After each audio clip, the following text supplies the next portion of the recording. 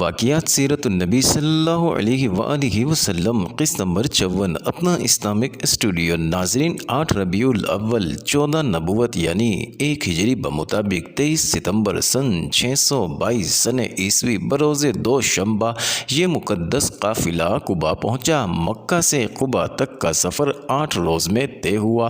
ناظرین، اس دن نبی کریم علیہ الصلوۃ والسلام کی عمر مبارک بغیر کسی کمیوں بیشی کے ٹھیک 53 سال ہوئی تھی، اور جو لوگ آپ صلی اللہ علیہ وآلہ وسلم کی کار نبوت کا آغاز 9 ربیع الاول 41 عام الفیل سے مانتے ہیں، ناظرین ان کے قول کے مطابق آپ کی نبوت پر ٹھیک 13 سال پورے ہوئے تھے۔ ناظرین، البتہ جو لوگ آپ صلی اللہ علیہ وآلہ وسلم کی کار نبوت کا آغاز رمضان سن 41 عام الفیل سے مانتے ہیں، ان کے قول کے مطابق 12 سال 5 مہینہ 18 دن یا 22 دن ہوئے تھے۔ ناظرین، قباء کی بستی مدینہ منورہ سے 3 میل کے فاصلے پر واقع ہے، جہاں قبیلہ اوس کے خاندان آباد تھے۔ ان میں سب سے ممتاز عمر بن عوف کا خاندان تھا، جس کے سردار اس وقت حضرت کلثوم بن ہدم رضی اللہ عنہ تھے۔ ناظرین، حضرت عروہ بن زبیر رضی اللہ عنہ کا بیان ہے کہ مسلمانان مدینہ نے مکہ سے رسول اللہ صلی اللہ علیہ وآلہ وسلم کی روانگی کی خبر سن لی تھی، اس لیے لوگ روزانہ صبح نکل جاتے تھے اور شام تک ایک سیاہ چٹان پر، جسے حرۃ العصبہ کہتے ہیں، آ کر بیٹھ جاتے اور آپ صلی اللہ علیہ وآلہ وسلم کی راہ تکتے رہتے۔ جب دوپہر کو دھوپ سخت ہو جاتی تو واپس پلٹ آتے۔ ناظرین، ایک روز طویل انتظار کے بعد واپس پلٹ کر لوگ اپنے اپنے گھروں کو پہنچ چکے تھے کہ ایک یہودی اپنے کسی ٹیلے پر کچھ دیکھنے کے لیے چڑھا۔ کیا دیکھتا ہے کہ رسول اللہ صلی اللہ علیہ وآلہ وسلم اور آپ کے رفقا سفید کپڑوں میں ملبوس، جن سے چاندنی چٹک رہی تھی، تشریف لا رہے ہیں۔ ناظرین، اس نے بے خود ہو کر نہایت بلند آواز سے کہا، عرب کے لوگوں، یہ رہا تمہارا نصیب جس کا تم انتظار کر رہے تھے۔ ناظرین، یہ سنتے ہی مسلمان ہتھیاروں کی طرف دوڑ پڑے اور ہتھیار سے سج دھج کر استقبال کے لیے امڑ پڑے اور حرہ کی پشت پر رسول اللہ صلی اللہ علیہ وآلہ وسلم کا استقبال کیا۔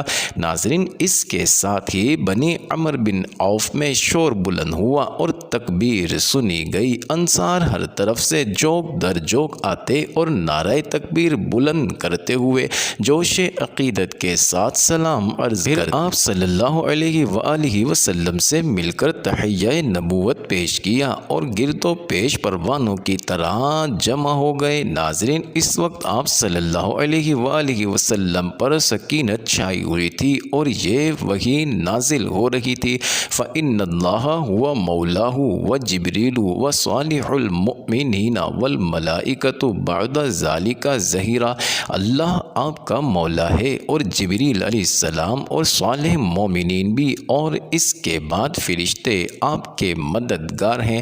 ناظرین، حضرت عروہ بن زبیر رضی اللہ عنہ کا بیان ہے کہ لوگوں سے ملنے کے بعد آپ صلی اللہ علیہ وآلہ وسلم ان کے ساتھ داہنے جانب مڑے اور بنی عمر بن عوف میں تشریف لائے۔ رسول اللہ صلی اللہ علیہ وآلہ وسلم نے قباء میں حضرت کلثوم بن ہدم رضی اللہ عنہ کے مکان میں قیام فرمایا۔ ناظرین، یہ دوشنبہ کا دن اور ربیع الاول کا مہینہ تھا۔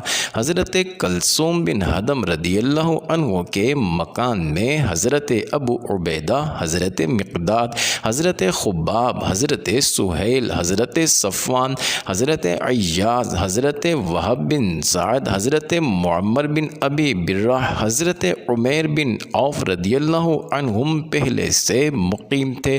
ناظرین، ابن کثیر کا بیان ہے کہ حضور اکرم صلی اللہ علیہ وآلہ وسلم کی مدینہ تشریف آوری سے قبل ہی حضرت کلثوم بن ہدم رضی اللہ عنہ مسلمان ہو چکے تھے، اور حضور صلی اللہ علیہ وآلہ وسلم کے مدینہ میں آنے کے بعد مسلمانوں میں سب سے پہلے حضرت کلثوم بن ہدم رضی اللہ عنہ فوت ہوئے۔ ناظرین، لوگوں سے ملاقات حضرت سعد بن خشیمہ رضی اللہ عنہ کے مکان پر ہوتی۔ ناظرین، یہ مکان منزل العزاب یعنی کنواروں کا گھر کے نام سے مشہور تھا، اس لیے کہ وہ غیر شادی شدہ تھے۔ حضرت ابو بکر رضی اللہ عنہ آنے والوں کے استقبال کے لیے کھڑے تھے اور رسول اللہ صلی اللہ علیہ وآلہ وسلم تشریف فرما تھے۔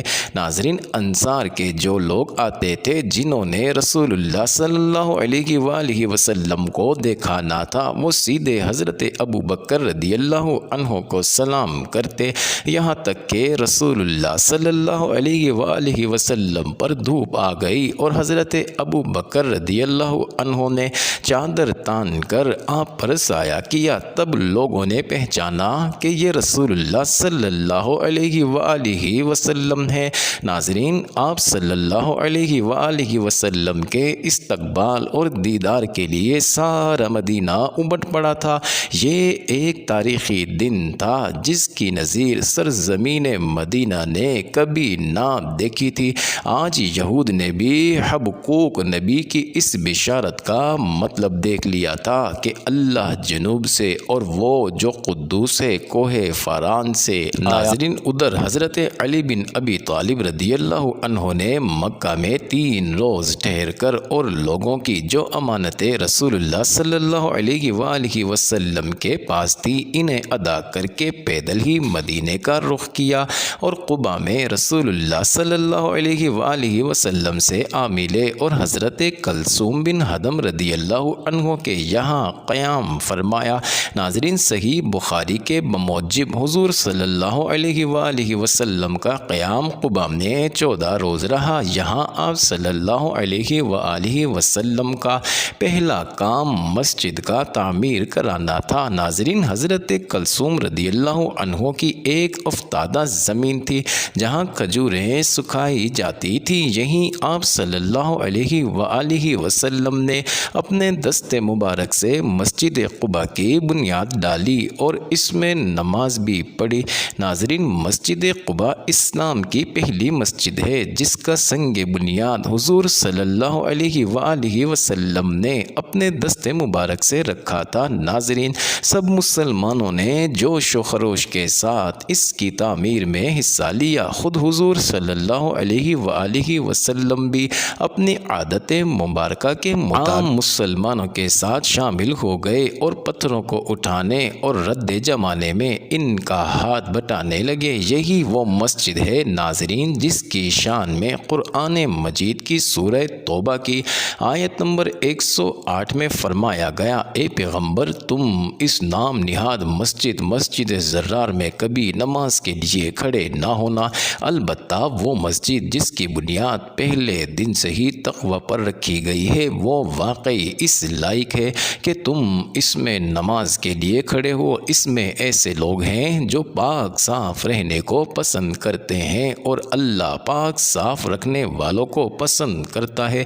ناظرین، اس شرف کے بنا پر حضور اکرم صلی اللہ علیہ وآلہ وسلم مدینہ منورہ سے ہر ہفتے کو قباء تشریف لایا کرتے تھے۔ ناظرین، حضرت عمر رضی اللہ عنہ ہفتہ میں 2 دن تشریف لے جایا کرتے تھے اور اس کے خس و خاشاک دور کر کے اور جاروب کشی کر کے برکت اندوزی فرماتے تھے۔ ناظرین، قباء میں 14 روز قیام کے بعد آپ صلی اللہ علیہ وآلہ وسلم نے 22 ربیع الاول 14 نبوت بمطابق 8 اکتوبر سن 622 بروز جمعہ کوچ کا ارادہ ظاہر فرمایا۔ عمر بن عوف رضی اللہ عنہ کے قبیلے والوں نے عرض کیا، یا رسول اللہ صلی اللہ علیہ وآلہ وسلم، کیا ہم سے کوئی خطا سرزد ہوئی جس کی وجہ سے آپ ہم سے ناراض ہو کر یہاں سے تشریف لے جا رہے ہیں؟ ہمارے ماں باپ آپ پر قربان، آپ یہیں قیام فرمائیے۔ اس پر آپ صلی اللہ علیہ وآلہ وسلم نے فرمایا، مجھے آگے جانے کا حکم ہوا ہے۔ چنانچہ آپ صلی اللہ علیہ وآلہ وسلم وہاں سے روانہ ہوئے۔ جب قبیلہ بنی سالم بن عوف کے محلے میں پہنچے تو نماز جمعہ کا وقت ہو چکا تھا۔ آپ صلی اللہ علیہ وآلہ وسلم نے وہاں مختصر قیام کر کے مسجد غیب میں نماز جمعہ ادا فرمائی جو بعد میں مسجد جمعہ کے نام سے مشہور مشہور ہوئی۔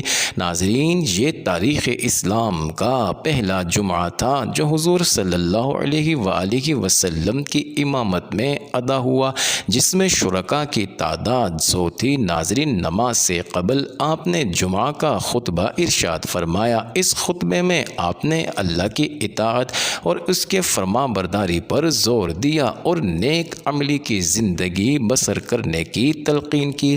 ناظرین، اس خطبہ میں اہل مکہ کے مظالم کی شکایت کے متعلق ایک حرف بھی نہ تھا۔ ناظرین، نماز سے فارغ ہونے کے بعد آپ صلی اللہ علیہ وآلہ وسلم کی سواری آگے بڑھی۔ ناظرین، جمعہ کے بعد حضور صلی اللہ علیہ وآلہ وسلم مدینہ تشریف لے گئے اور اسی دن سے اس شہر کا نام یثرب کی بجائے مدینہ الرسول یعنی شہر رسول صلی اللہ علیہ وآلہ وسلم پڑ گیا، جسے مختصراً مدینہ کہا جاتا ہے۔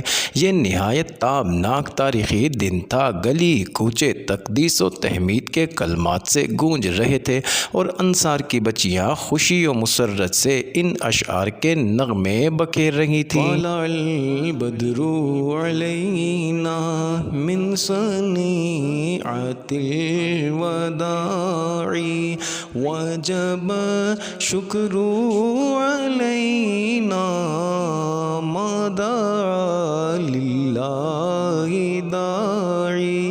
ترجمہ: ان پہاڑوں سے جو ہیں سوئے جنوب 14ویں کا چاند ہے ہم پر چڑھا، کیسا عمدہ دین اور تعلیم ہے، شکر واجب ہے ہمیں اللہ کا، ہے اطاعت تیرے حکم کی، بھیجنے والا ہے تیرا کبریا۔ ناظرین، انصار اگرچہ بڑے دولت مند نہ تھے، لیکن ہر ایک کی یہی آرزو تھی کہ رسول اللہ صلی اللہ علیہ وآلہ وسلم اس کے یہاں قیام فرمائے۔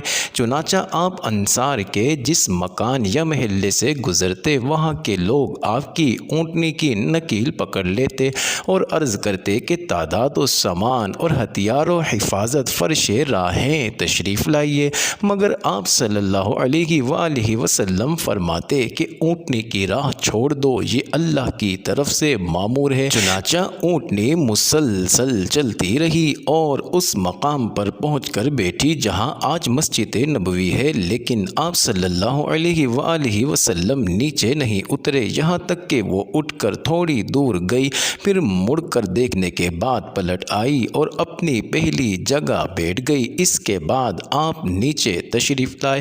یہ آپ صلی اللہ علیہ وآلہ وسلم کے ننھیال والوں یعنی بنو نجار کا محلہ تھا۔ آپ کے پردادا حضرت ہاشم نے اس قبیلے کی خاتون سلمہ بن عمر سے نکاح کیا تھا، جن سے حضرت عبد المطلب پیدا ہوئے تھے۔ یہ اونٹنی کے لیے محض توفیق الہی تھی، کیونکہ آپ صلی اللہ علیہ وآلہ وسلم ننھیال میں قیام فرما کر ان کی عزت افزائی کرنا چاہتے تھے۔ ناظرین، اب بنو نجار کے لوگوں نے اپنے اپنے گھر لے جانے کے لیے رسول اللہ صلی اللہ علیہ وآلہ وسلم سے عرض و معروض شروع کی، لیکن ابو ایوب انصاری رضی اللہ عنہ نے لپک کر کجاوا اٹھا لیا اور اپنے گھر لے کر چلے گئے۔ ناظرین، اس پر رسول اللہ صلی اللہ علیہ وآلہ وسلم فرمانے لگے، آدمی اپنے کجاوے کے ساتھ ہے۔ ناظرین، ادھر حضرت اسد بن زرارہ رضی اللہ عنہ نے آ کر اونٹنی کی نکیل پکڑ لی، چنانچہ یہ اونٹنی انہی کے پاس رہی۔ ناظرین، رسول اللہ صلی اللہ علیہ وآلہ وسلم حضرت ابو ایوب انصاری رضی اللہ عنہ کے مکان پر تشریف لے گئے، جو 2 منزلہ تھا۔